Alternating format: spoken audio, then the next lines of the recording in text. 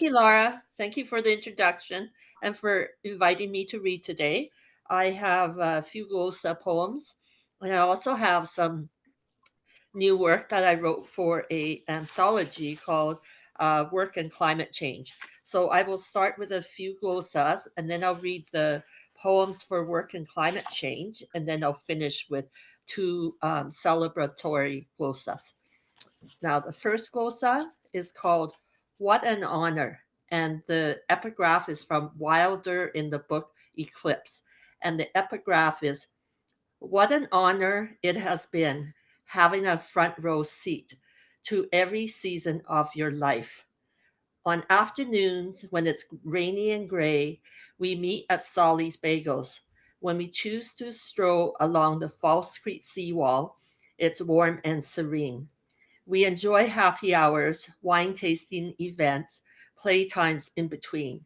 What an honor it has been to be able to share moments with you, from online chats to the wines we sip, oysters, calamari we love to eat, the poetry we write, share with each other. I love when we meet to have a front row seat beside you, to be able to hold your hand when we attended Taste Washington for 2 springs, sip wine at a Waikiki wine bar after the sun had gone down. We attended our first poetry event together this summer. We always have fun in every season. We are compatible, are supportive of each other. I don't need to nor plan to be a wife. I am content. We both aim to be free from strife, to love our life. And the second one is called My Blue Star, and it's the epigraph is also from Wilder's book Eclipse. Of all the stars I've ever known, the most beautiful I've met is you. For close to 3 years, you have always been my blue star. I appreciate you for all you do, for the man you are. That we know each other has been calming to heal past scars of all the stars. You are my light who reflects positive energy from dusk to dawn. You are the one who has shown me attention since my past years of feeling alone I've ever known. Since our first meeting, I now spend time at events, on walks, vacations with you. These special moments I will never regret. You are caring, are a man who I can never forget. No, the most beautiful I've met. Your blue eyes, muscular legs, through our daily chats, our fondness for each other quickly grew. There is no question that the only man I wish to pursue is you. And this third glosa, before I read my climate change poems, is called Autumn in Okanagan. And the epigraph is from Caroline Morgan D. Giovanni's poem, Garden. And the epigraph is Red and gold and autumn brown, our whole vista is transformed. This little garden is a joy, chrysanthemums and marigolds. A week into autumn, we drove to Penticton to sip, relax, and play.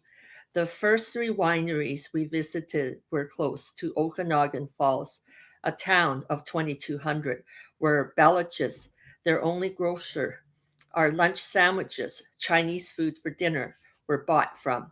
Red and gold and autumn browns had not arrived yet.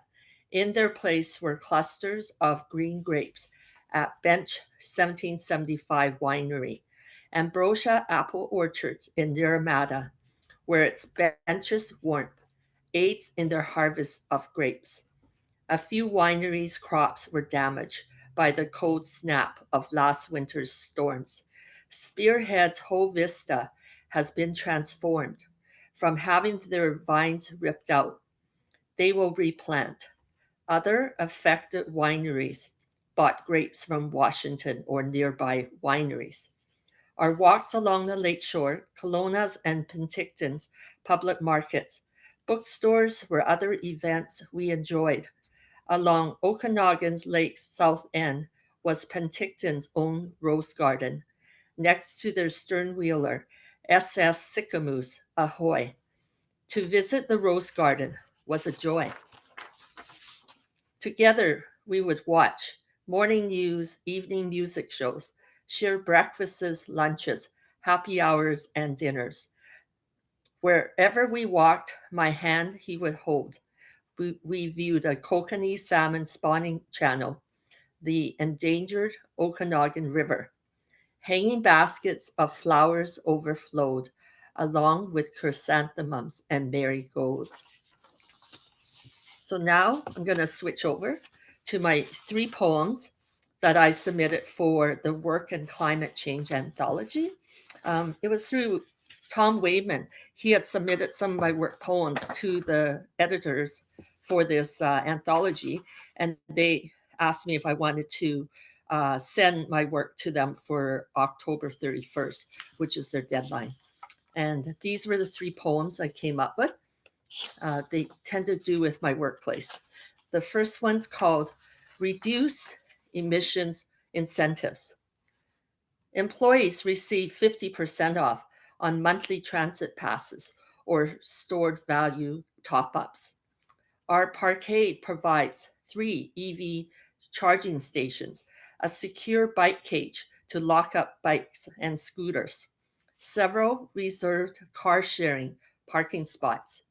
During the first week of each June, we promote a bike to work week.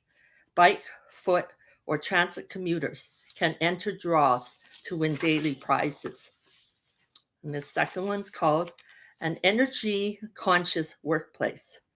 Since COVID, our offices grew more energy conscious.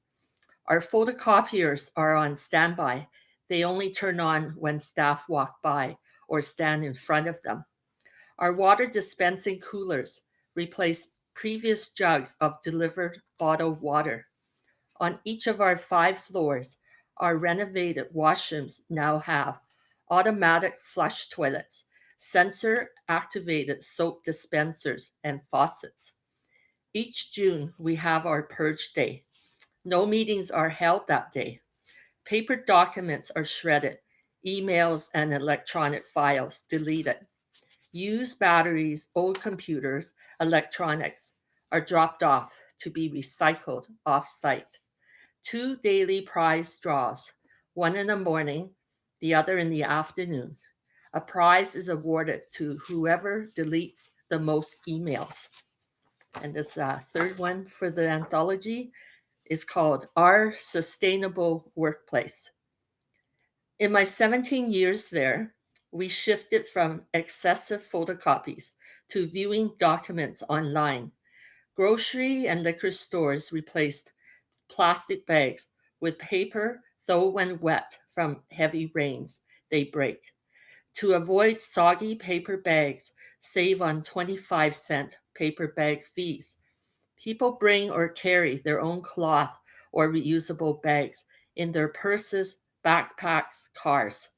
Our workplace only uses caterers who provide cardboard containers, recyclable plastics, paper plates and straws, compostable cutlery. Workstations' previous full-size garbage bins have been replaced with a mini receptacle lined with a compostable bag, clipped onto a paper recycling bin underneath each desk. Workrooms, meeting rooms have bins for paper recycling, containers, cans, bottles, garbage, compost, and soft plastics. A former administrator would take notes onto items that were incorrectly disposed of, displayed these for all to see. I refer to her as our green police. Another work colleague would always turn off lights that were left on in any unoccupied rooms. So I will now finish with my last 2 glosas. One is a birthday glosa for a friend, and the other one's an anniversary glosa for a poet friend and his wife. Now, the birthday glosa is called A Birthday Glosa, and the epigraph is from Jenny Gunn's book, Accidents, from her poem Owl. And the epigraph goes, How often do people fall in love with words other than their own? The seduction of his sentences, the aesthetic of his assonance. Happy birthday to a very kind person who is often there to offer advice or to listen. You represent what true friends are about and are of. You have many positive personal traits that few others have. How often do people fall in love with someone as kind and thoughtful as you? Since I have met you to share talks, walks, poetry, food, wine with, I seldom feel alone. We care deeply. Over the years, we have both grown through words in addition to our own. We support each other with our writing. We share many similar likes. Between us, there is never any pretense. We communicate well. We heighten each other's passions and senses with the seduction of our sentences. I wish you good health, joy, love on your birthday and throughout the year. I am happy with how, with each other, we took a chance. May your birthday, your year ahead, be rich with happy instances, the aesthetic of your assonance. And my final glosa, my final poem, is for Kagango and his wife Julia. They celebrated their 10th anniversary on November 8th. They had a second wedding ceremony in July 2015, and this glosa is dedicated to them.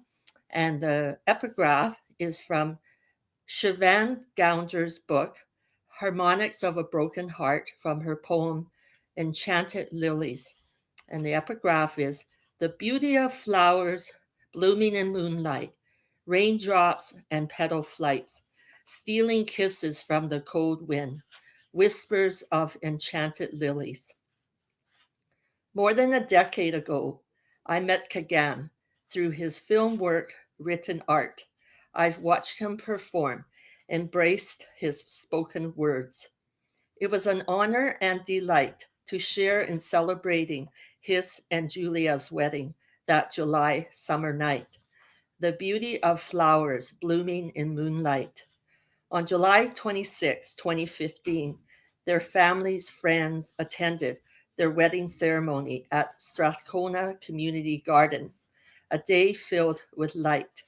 You are both loved and cherished for the warmth you both convey.